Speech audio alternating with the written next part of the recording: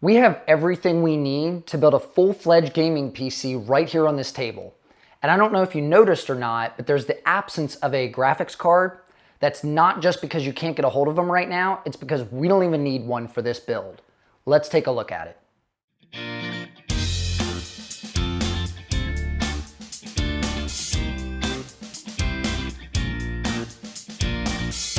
Hey YouTube, I'm Danny and welcome to Danny's Tech Channel. I did a video last year about the ASRock Deskmini A300. This is the follow-up to that. This is the X300. The Deskmini is actually your best option for the smallest possible PC you can build. This thing is the size of a power supply. Now, this is the AMD variant. The X300 is the AMD only. You will need integrated graphics in your processor. That's why I have my Ryzen 3 3200G here. All you need to look for is the little label at the top that says Radeon graphics. That lets you know that you have integrated graphics in your CPU. AMD does a good job with letting you know what's their integrated graphics. They put a G designator at the end of it, so 3200G, 3400G. The main difference between the X300 and the A300 that I previously reviewed is they support overclocking for the CPU now. Before it was just memory overclocking, now you can do both. But some of the features that this thing has are dual M.2 slots, two 2.5 SATA slots. It supports RAID 0 and RAID 1. It has an HDMI DisplayPort and a D-sub port.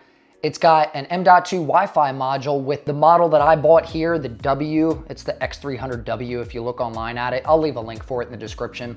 But that also comes with the Wi-Fi module as well. So let's open this thing up and see what it comes with. It's pretty simple. As you see, there's not much in the box here upon initial examination.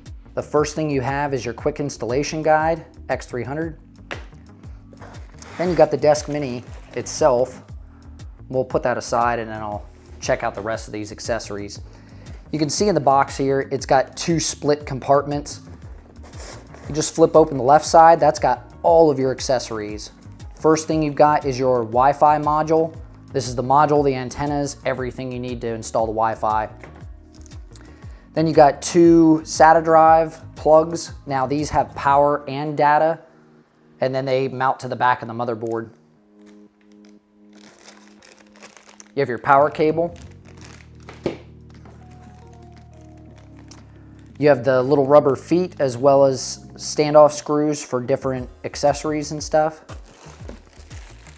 You got your power brick.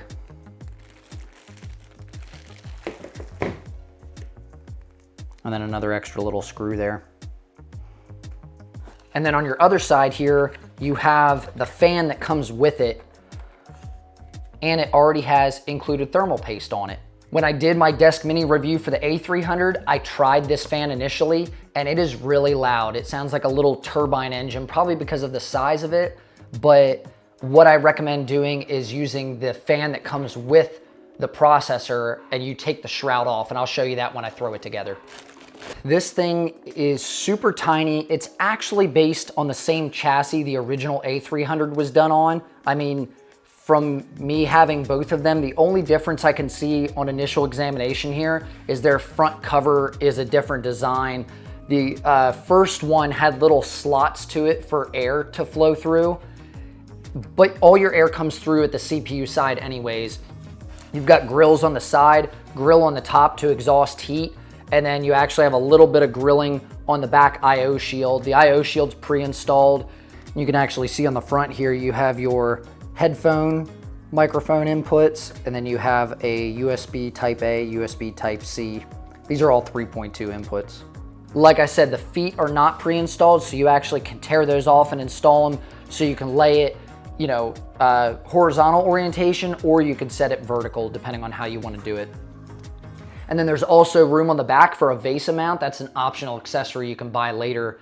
The cool thing about the Deskmini is that they have a lot of optional accessories. Like I said, this one comes with the Wi-Fi module already in the box, so I didn't have to buy that. But if I wanted to get a VESA mount just lets you mount it to the back of a computer monitor or a television or something like that. So if you wanted to use this as like a streaming setup for, you know, Netflix or something like that, you can buy this kit. It's like $8.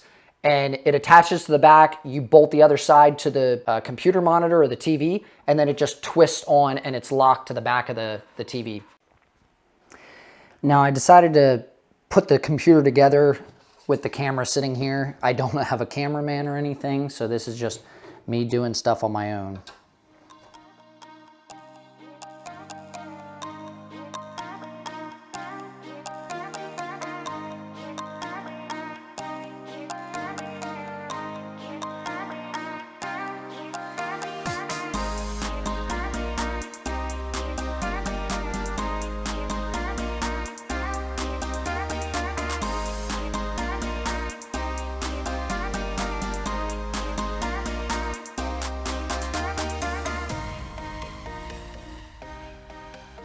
As far as the Wraith Stealth goes, it's got this bracket around the outside here. There's supposed to be a screw down here. You'll need to take that screw out, and then you're just gonna pry on the sides of this thing to pop it off. It is not easy by any means.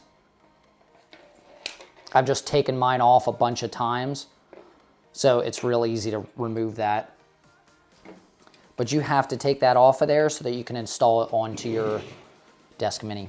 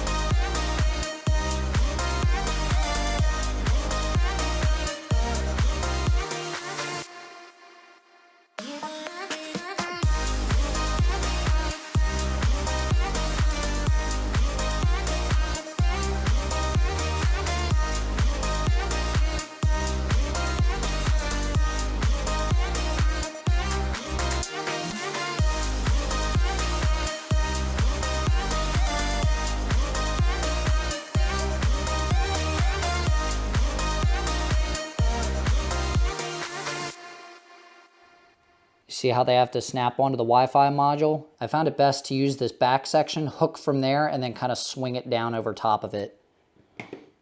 It's really a pain to install.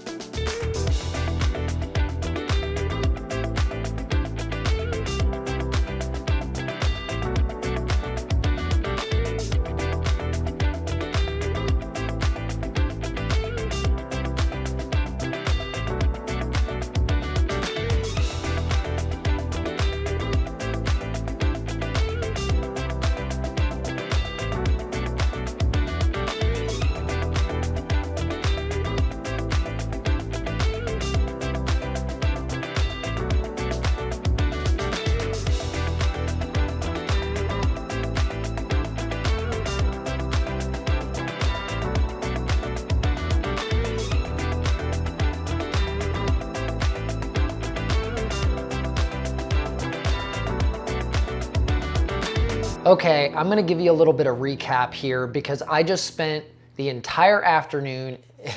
I started filming this in the morning. It is now afternoon, and this little thing has been such a pain in the butt. Partially Intel's fault, partially Windows' fault. I don't really know who. Anyway, I'm gonna give you the information so that if you're doing this and you run into the same problems, you can fix this. The Wi-Fi card, the M.2 card that it comes with, is an Intel AC3168 Wi-Fi module. It's just a little Bluetooth kit. It has Bluetooth and Wi-Fi built into it, and it plugs right into the motherboard in that M.2 slot. The issue I had is when I did all my Windows updates and everything, the wireless card kept dropping connection from Windows. And I knew it wasn't a hardware issue because I've used a setup like this in the past. My Wi-Fi is working fine. My router is right here behind the camera. So there's no way that it was anything dealing with my type of connection. So I was trying to figure out troubleshooting and everything. Here, the driver that Windows installs automatically, you know, when you go to your settings and you can do all your Windows updates that you would want to do when installing, that driver is from 2018. It's not updated. So I actually had to go to Intel's website. They have like a configurator thing where you can download a program and it will detect your system and tell you what drivers you need. And because this is an AMD type motherboard, I didn't have any of those programs to begin with. I don't know if that's conflicting interest because it's an Intel Wi-Fi module and an AMD motherboard. I'm not sure, but this was my workaround for it, and this is how I got it to stop dropping the internet for me. So if you run into that problem and you bought this, this can fix it. And you can save yourself a huge headache like I did. But once I installed the drivers that it needed, they were from 2020, it ran just fine. If you want a little bit better cooling than what the Wraith Stealth offers you, I did a video on the Noctua L9A a little while ago on my last Deskmini, and it turned out really well. So you can check that out in the description below if you want. I did try a little bit of gaming as well. I downloaded Apex Legends, which has been one of my favorite go-to games lately. I don't know why, I'm just really into it now. I was able to get Apex Legends to run between 60 and 80 FPS. Now that's on 720p. If you want to bump up to 1080p, you're gonna get like 30 to 40 FPS. So at that point, you might as well just be playing on console. To be able to run a game at 60 FPS at 720 in a computer with no graphics card and you can fit in your backpack and take with you, I mean, I can take this on an airplane. In fact, I have. But the whole idea behind this is portability, the great cost. Like I said, it's only 165 USD right now, and all you need to complete it is the processor, your storage, and RAM. And this thing's good to go. You can start gaming today. But like I said, temperatures on the thing were great, the build quality is good, and really the only upgrade over the A300 is the fact that you can do CPU overclocking now, and you couldn't before. But I looked and I can't even find the A300 now, so I'm thinking that they stopped production of that, and this is like the replacement or the next generation of the A300. If you want to purchase this thing, I'll leave a link in the description below so you can grab it, and you can use my affiliate link so we can earn a little kickback on the channel. But I hope you enjoyed my new X300 Deskmini review. This is a more updated version, a little bit more modern looking, and I think they did a good job. Oh, and before I go, I just got this in the mail yesterday. For those of you that don't know what this is my NZXT riser cable for my H1 case I have. I did their temporary fix, and I did a video on it a little while ago about the problem they were having with the fire issue.